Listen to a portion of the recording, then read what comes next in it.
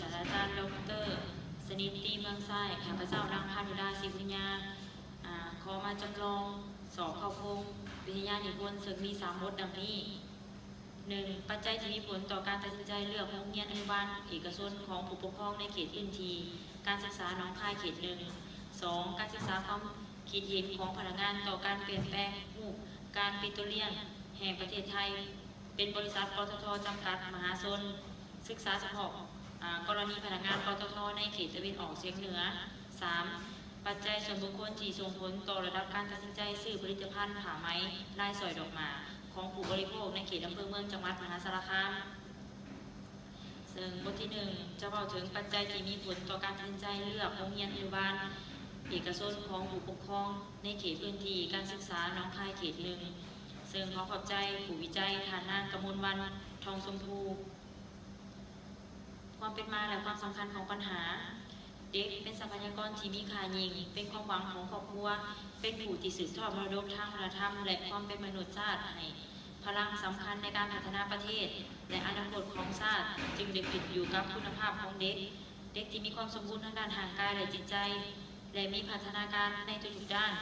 ที่เหมาะสมกับวัยเพราะว่าจะเป็นการพัฒนาทางด้านร่างกายสติปัญญาอารมณ์สังคมและจริยธรรมจะเป็นผู้ที่มีความสามารถในการดำรงชีวิตอยู่ในสังคมได้อย่างมีความสุขและเป็นประโยชน์ต่อสังคมประเทศชาติพอสถาบันการศึกษาเป็นก้าวแรกแห่งการเรียนรู้ในระบบการเรียนของเด็กพ่อแม่จึงคาดหวังให้สถาบันการศึกษาเป็นสถานที่ปลอดภัยพร้อมจะดูแลบุตรหลาน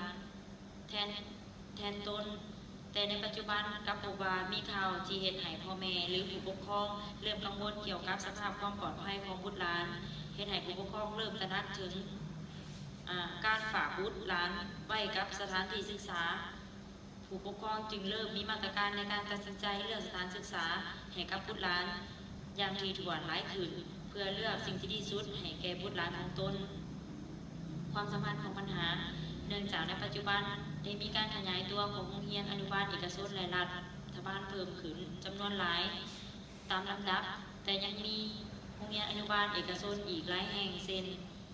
นการฉีดเหตุให้ผู้ปกครองของเด็กได้รับความพึงพอใจ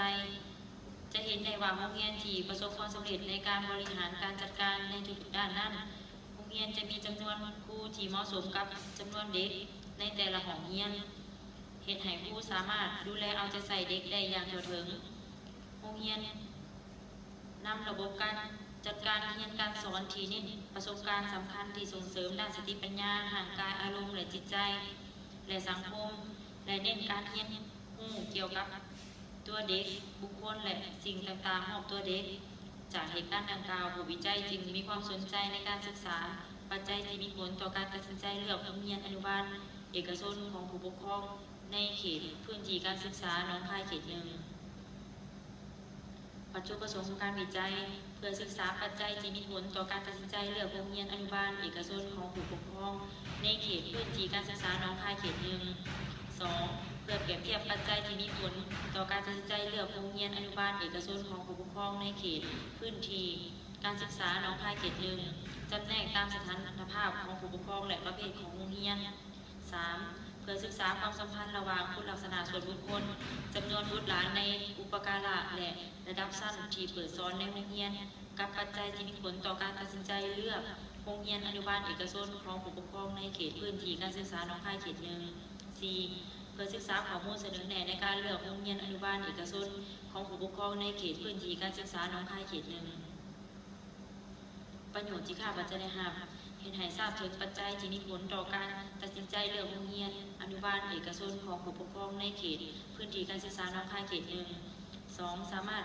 นำความรู้จากข้อมูลที่ศึกษาค้นคว้าวิจัยไปเป็นข้อเสนอแนะในการบริหารจัดการโรงเรียนอนุบาลเอกชนให้สอดคล้องกับความต้องการของผู้ปกครองต่อไป 3. ผลการวิจัยในครั้งนี้จะช่วยให้ผู้บริหารและผู้เกี่ยวข้องกับการศึกษาของโรงเรียนอนุบาลเอกชนในเขตพื้นที่การศึกษาหนองคายเขต 1ได้ทราบข้อมูลที่จะนำไปเป็นแนวทางในการพัฒนาคุณภาพโรงเรียนอนุบาลเอกชนให้มีประสิทธิภาพยิ่งขึ้น 4. จะเห็นให้ทราบถึงความต้องการในการเลือกโรงเรียนอนุบาลเอกชนของผู้ปกครองในเขตพื้นที่การศึกษาหนองคายเขต 1ขอขอบใจที่ 2 ปัจจัยส่วนบุคคลที่ส่งผลต่อระดับการตัดสินใจซื้อผลิตภัณฑ์ผ้าไหมลายสอยดอกหมากของผู้บริโภคในอำเภอเมืองจังหวัดมหาสารคามซึ่งขอขอบใจผู้วิจัยนางสาวธนวดี ความเป็นมาและความสัมพันธ์ของปัญหา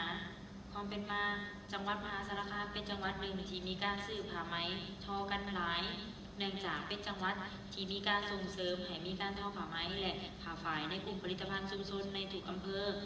เพื่อให้เข้าขบวนการคัดสรรผลิตภัณฑ์ชุมชนโอท็อปจึงมีห้างจำหน่ายผ้าไหมทอรวมถึงกลุ่มอาชีพที่ผลิต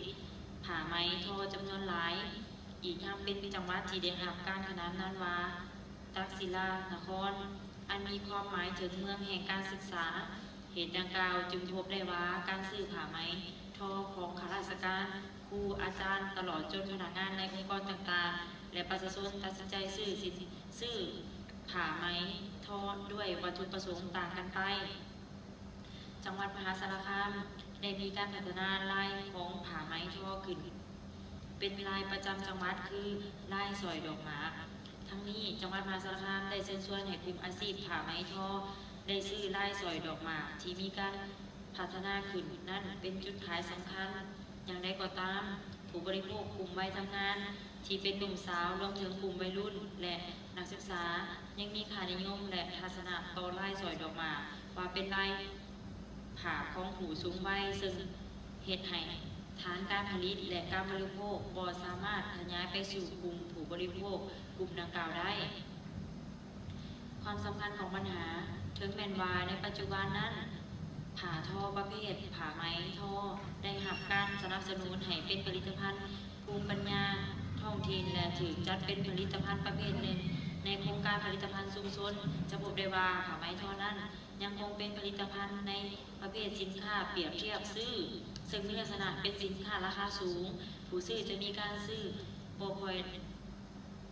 อยหลายผู้ซื้อมักจะซื้อด้วยเหตุผลหลายๆประการเช่นการซื้อเพื่อการฝากการสมนาคุณการใส่ของขวัญในเทศกาลนอกจากนี้ค่านิยมในการใส่ผ้าไหมนั้นผู้บริโภคมักคิดว่าผ้าไหมเป็นผลิตภัณฑ์ราคาแพงและมีความเหมาะสมกับผู้สูงวัยจึงเป็นเหตุให้ผลิตภัณฑ์ผ้าไหมซึ่ง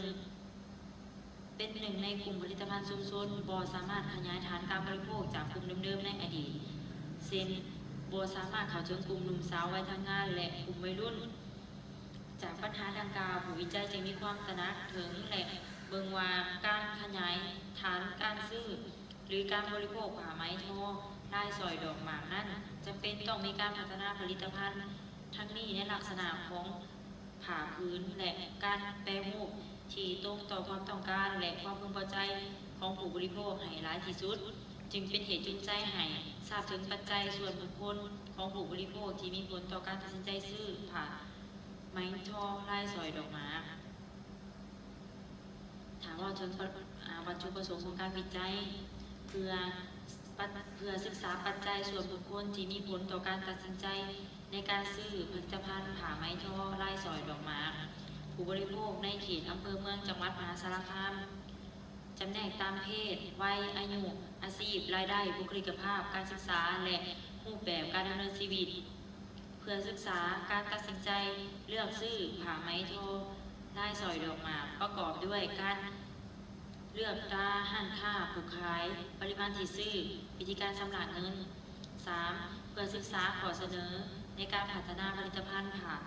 ไหมทอลายสอยดอกหมากที่ตรงต่อความต้องการของผู้บริโภคในเขตอำเภอเมืองจังหวัดมหาสารคามประโยชน์ที่ข้าพเจ้าได้รับ 1. เห็นให้ทราบถึงปัจจัยส่วนบุคคลที่ส่งผลต่อการตัดสินใจซื้อผลิตภัณฑ์ผ้าไหมทอลายสอยดอกหมากในเขตอำเภอเมืองจังหวัดมหาสารคามเห็นให้เกิดการพัฒนาทักษะการผลิตและพัฒนารูปแบบผลิตภัณฑ์ผ้าไหมลายสอยดอกหมากในเขตอำเภอเมืองจังหวัดมหาสารคามที่ตรงต่อความต้องการของผู้บริโภค 3. เห็นให้เกิดการเพิ่มมูลค่าผลิตภัณฑ์ชุมชนและท้องถิ่นโดยการพัฒนารูปแบบการผลิตผ้าไหมลายสอยดอกหมากให้เป็นที่ต้องการของตลาดขอขอบใจ